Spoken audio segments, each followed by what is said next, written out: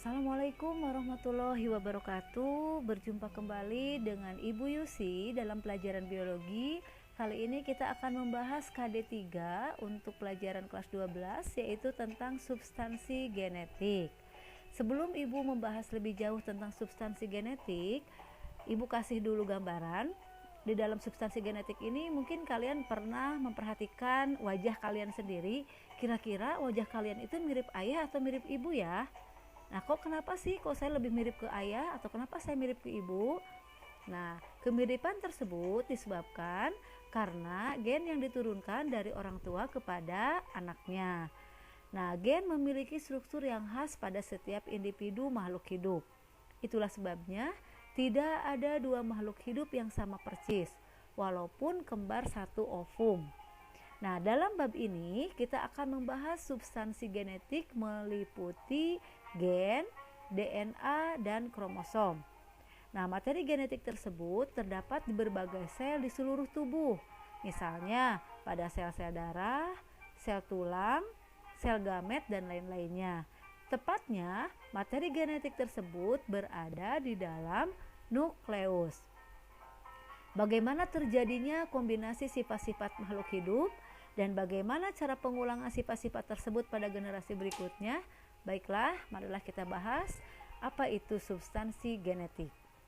Oke, sebelum kita bahas lebih jauh, ini adalah standar kompetensi dari substansi genetik dan kompetensi dasarnya ya. Jadi di sini kalian harus bisa menjelaskan konsep gen, DNA, dan kromosom serta bisa menjelaskan hubungan gen baik itu DNA, RNA, polipeptida, dan proses sintesis protein.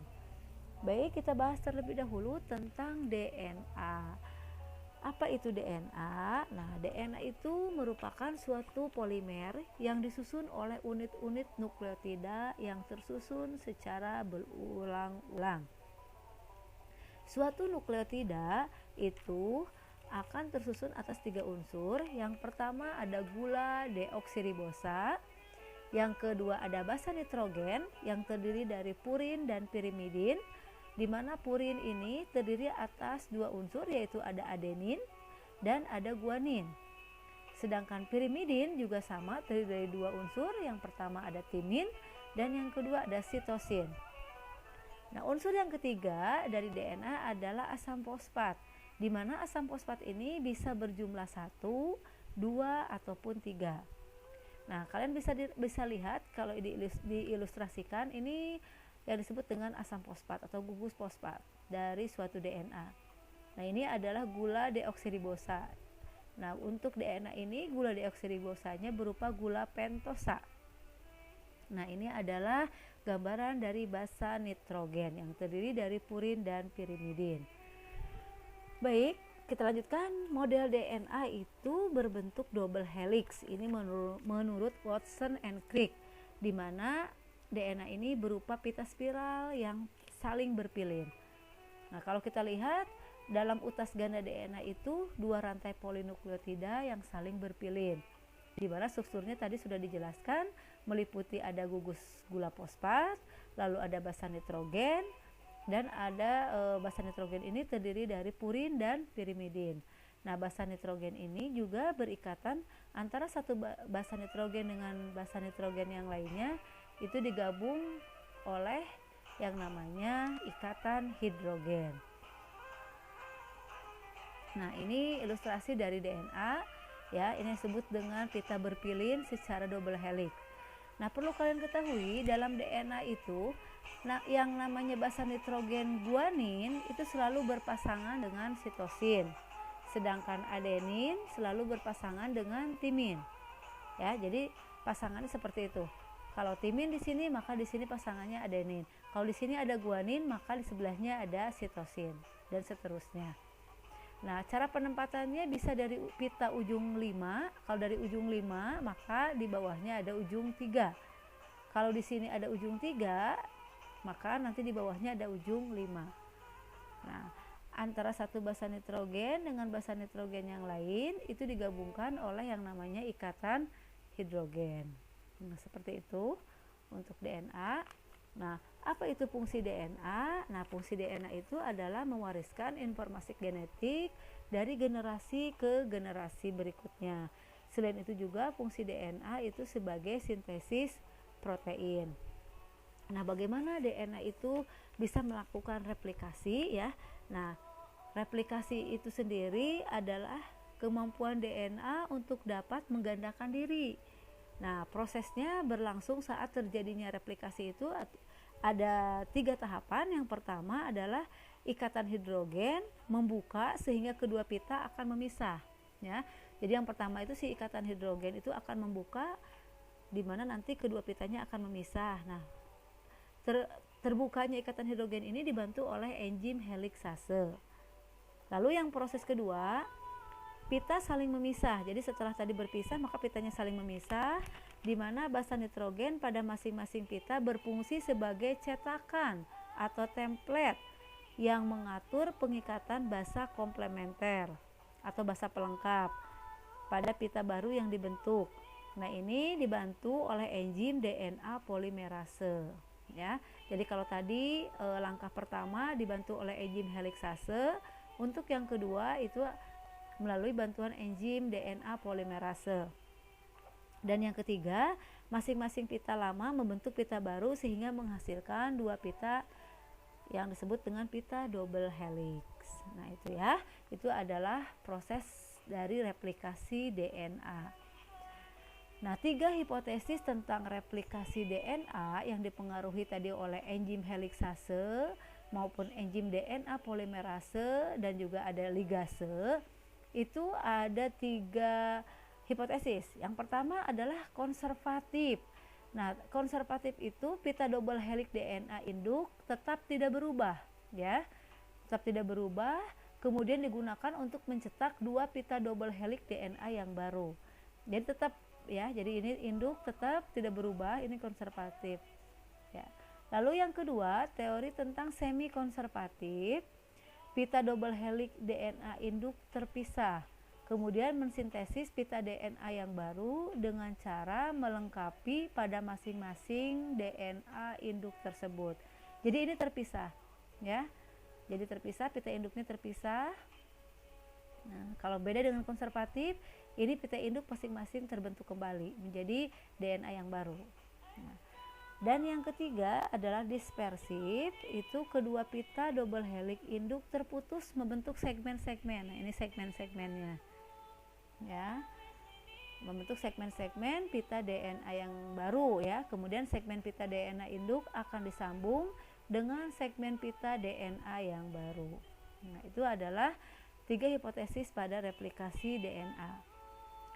Kita lanjutkan sekarang dengan RNA atau ribonucleic acid. Nah, pengertiannya untuk RNA itu adalah suatu polimer yang disusun oleh unit-unit nukleotida yang tersusun berulang-ulang. Nah, bedanya dengan DNA, untuk RNA ini molekulnya dapat berbentuk pita tunggal ataupun pita ganda yang lurus.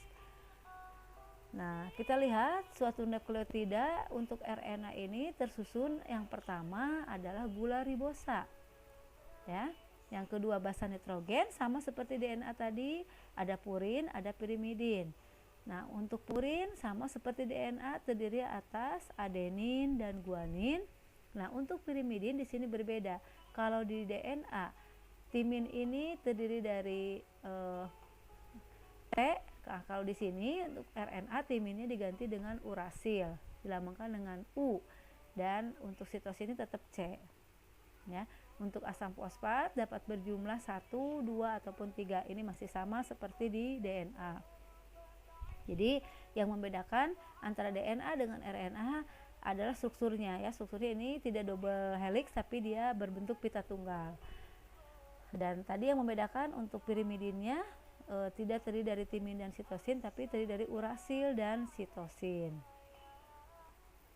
Oke. Nah, untuk RNA ini macam-macam RNA ya. Yang pertama ada RNA genetik. Nah, RNA genetik ini hanya dimiliki oleh organisme tertentu yang tidak memiliki DNA. Ya. Nah, di mana RNA genetik ini fungsinya sebagai pewaris sifat dan sintesis protein. Lalu yang kedua, ada RNA non-genetik. Ini terdapat pada organisme yang memiliki DNA sebagai pewaris sifat. Nah, untuk RNA non-genetik ini ada 3 macam. Yang pertama ada mRNA, lalu yang kedua ada rRNA, dan yang ketiga ada tRNA. Nah, mRNA itu fungsinya membawa kode genetik ke ribosom. Lalu untuk rRNA fungsinya sebagai komponen utama ribosom, di mana biasanya untuk rRNA ini mencapai 30-46% ribosomnya. Dan yang ketiga ada tRNA. tRNA itu fungsinya membawa asam amino ke ribosom. Nah, jadi kalian harus bisa membedakan apa fungsi dari mRNA, rRNA, dan tRNA. Biasanya mRNA nama lainnya biasa disebut juga RNA duta atau RNAD, itu sama saja. Antara mRNA dengan RNAD itu sama, hanya beda penyebutan saja, tapi intinya sama. Lalu kita lanjutkan dengan gen, ya. Nah, gen itu pengertiannya adalah segmen DNA yang menentukan sifat suatu organisme karena di dalamnya tersimpan informasi genetik berupa enzim dan protein. Nah, gen itu sendiri tersimpan sebagai urutan basa nitrogen pada molekul DNA yang dibatasi oleh promotor dan terminator. Nah, gen itu juga adanya pada kromosom yang tersimpan di dalam lokus. Nah, promotor dengan terminator, apa sih bedanya? Kalian harus bisa membedakan. Promotor itu tempat dimulainya proses transkripsi DNA dan sintesis protein. Sedangkan terminator tempat berakhirnya proses transkripsi DNA dan sintesis protein. Lalu yang kedua ada kromosom. Nah, kromosom itu berasal dari kata kroma atau warna dan soma yaitu badan. Jadi, kromosom itu adalah badan yang mudah menyerap warna. Nah, kromosom dapat dilihat ketika sel aktif membelah atau pada saat kondensasi DNA. Nah, ini adalah gambar bentuk dari kromosom. Ya, ada sentromernya yang bulat ini sentromer, lalu ada telomer yang di ujung telomer, lalu yang ini kromatid. Nah, itu ya, ini adalah bentuk dari kromosom. Nah, kromosom pada eukariot tersusun atas DNA dan protein. Proteinnya ada histon dan non-histon. Kromosom mempunyai sentromer dan lengan. Ya, sentromer memiliki kinetokor, yaitu tempat perlekatan benang gelendong selama pembelahan inti. Ya, ini adalah sentromer tadi yang di tengah-tengah itu yang bulat, biasanya kalau dilihat lebih jelas ya bentuknya bulat, itu adalah sentromer. Nah, lalu ada lengan, ya ini lengan. Nah, lengan itu badan utama dari kromosom. Nah, di dalam lengan inilah tersimpan struktur kompleks dari kromosom, yaitu kondensasi dan terkemasnya kromatin. Nah, lengan kromosom itu mengandung yang pertama ada satelit, merupakan bagian yang bulat di ujung kromosom, ya, dan ada telomer. Nah, ya, telomer itu ujung-ujung kromosom yang menghalang-halangi bergabungnya kromosom yang satu dengan lainnya. Jadi sekali lagi, lengan itu ada satelit dan ada telomer. Telomer itu yang ujung ini ya. Lalu sintesis protein atau ekspresi gen, pengertiannya adalah proses penerjemahan informasi gen yang berisi enzim atau protein yang diinginkan menjadi enzim atau protein tersebut. Nah, untuk sintesis protein, tahapannya yang pertama, transfer informasi genetik dari DNA ke RNA yang disebut dengan transkripsi. Lalu yang kedua, penerjemahan informasi genetik yang terdapat pada mRNA ke dalam polipeptida yang disebut dengan translasi. Nah, bagaimana mekanisme dari transkripsi? Jadi yang pertama, enzim polimerase melekat pada molekul DNA sehingga sebagian untai ganda DNA membuka. Akibatnya, basa nitrogen pada salah satu pita menjadi bebas. Kemudian segera terbentuk RNA hasil cetakannya. Dan yang ketiga, enzim polimerase terus membantu pembentukan RNA dari salah satu pita DNA Nah, proses ini terjadi di dalam nukleus. Dan akhirnya hasil transkripsi dari cetakan DNA yang telah selesai dikeluarkan dari nukleus menuju sitoplasma. Nah, ini adalah proses dari transkripsi. Lalu bagaimana dengan translasi? Nah, translasi itu adalah tahap penerjemahan kode oleh tRNA berupa urutan asam amino yang dikehendaki. Nah, tahap translasi dapat dibagi menjadi 3 tahap utama. Yang pertama ada inisiasi, yang kedua elongasi, dan yang ketiga terminasi. Nah, apa itu inisiasi?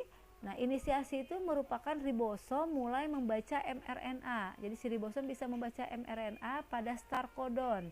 Nah, start codon itu kalian harus hafal, harus dipengerti, harus dipahami. Start codon itu dimulai dari AUG, adenin, urasil, dan guanin, yang hanya dikenali oleh tRNA inisiator. Jadi AUG, start codon ini hanya dikenali oleh tRNA inisiator. Lalu yang kedua ada elongasi. Selama tahap ini kompleks terdiri dari asam amino yang dihubungkan dengan tRNA, berurutan mengikat kodon yang sesuai dalam mRNA dengan membentuk pasangan basa komplementer dengan antikodon tRNA. Nah, ribosom bergerak dari kodon ke kodon sepanjang mRNA. Asam amino ditambahkan satu persatu, diterjemahkan ke dalam urutan polipeptida. Nah, ini pada saat terjadinya elongasi ya, tahapan yang paling kompleks. Dan yang terakhir untuk translasi ini ada tahapan terminasi. Nah, proses penerjemahan berlanjut sampai ribosom mencapai stop codon. Kalian harus pahami, tadi kan ada awal, ya sekarang ada akhir atau stop codon. Stop codon ada 3, ada UAA, UAG, dan UGA. Nah, ini adalah stop codon ya, UAA, UAG, dan UGA.